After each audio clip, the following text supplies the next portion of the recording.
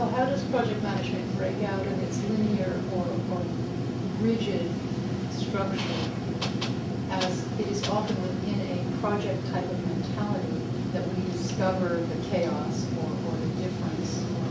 And I come back to the simple question of continuing to ask, is this a project as it is as a project is normally defined? And so if as it morphs, one decides, oops, this is not a project. Then you come back to, I don't know her name, so I can't.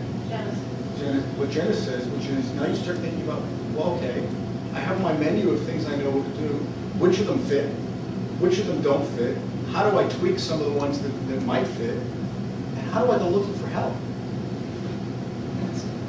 I mean, a thing most people are very bad about is acknowledging that they may not have the right tool set and that they actually have to go ask for help. And again, if we're going to use Katrina as an example, on the Tuesday, the governor of Louisiana is giving a press conference, and she's going on and on about how come the federal government hasn't dispatched the National Guard. And one of the reporters sticks up his hand and says, excuse me, ma'am, but the National Guard is a state agency. Have you ordered them out? And the poor governor looked stunned, because in all of her thinking about whatever else she was doing, she had never ordered them out.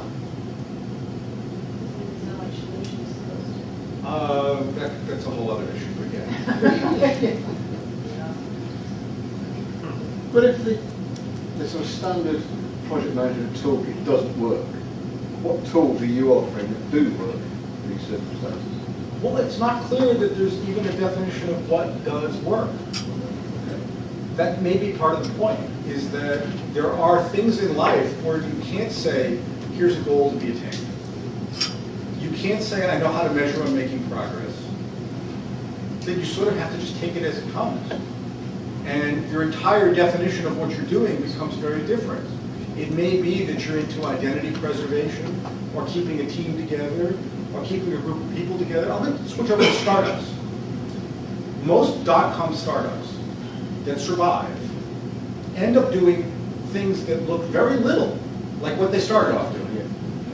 And if they actually followed normal, traditional project management techniques, they would have labeled themselves a failure and closed.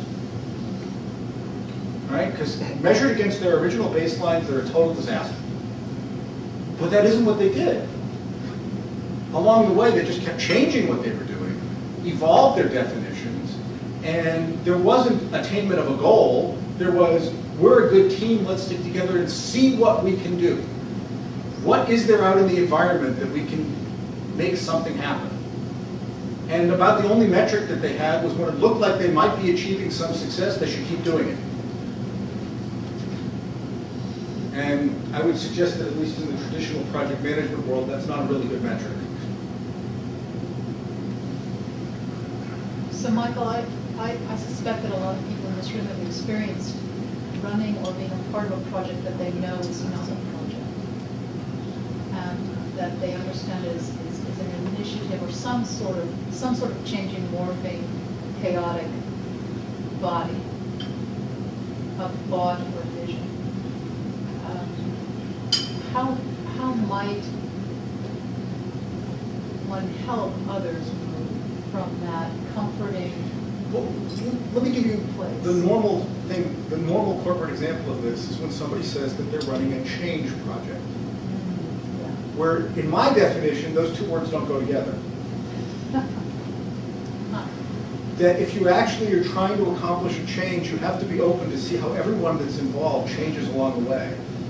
And then you have to examine to see where it's going something that you can live with, or do you need to keep trying to force it some other way? But the idea of saying, I'm running a change project, and I know what my goals are, and I know metrics of how we should get there, is sort of all of a sudden take all people out of the equation. Because it's easy for a couple of people to sit down and say, here's the project baseline, here's the project goals. It doesn't matter that you've got 100,000 people in the organization who are supposed to understand and adopt this, who have their own lives, their own contexts, their own situations, their own understandings. If it's actually change, it's not going to change the way you want it to. So to label it a change project suggests that you actually have some idea of goals and outcomes in the beginning. And if all you can articulate is, I know I need a cultural change because it's wrong.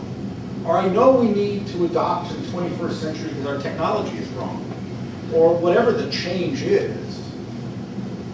That's actually a very open, ambiguous, to be redefined as it continually goes along thing. And components of it, the traditional linear stuff works fine. But at a holistic level, again, at emergence, when I come up one level, it may not be working very well. And I suspect in most of these projects, if you go down one level, and you ask individual employees whether this is making any difference to them or do they think it's just corporate nonsense, most change projects are gross failures when you go down one level.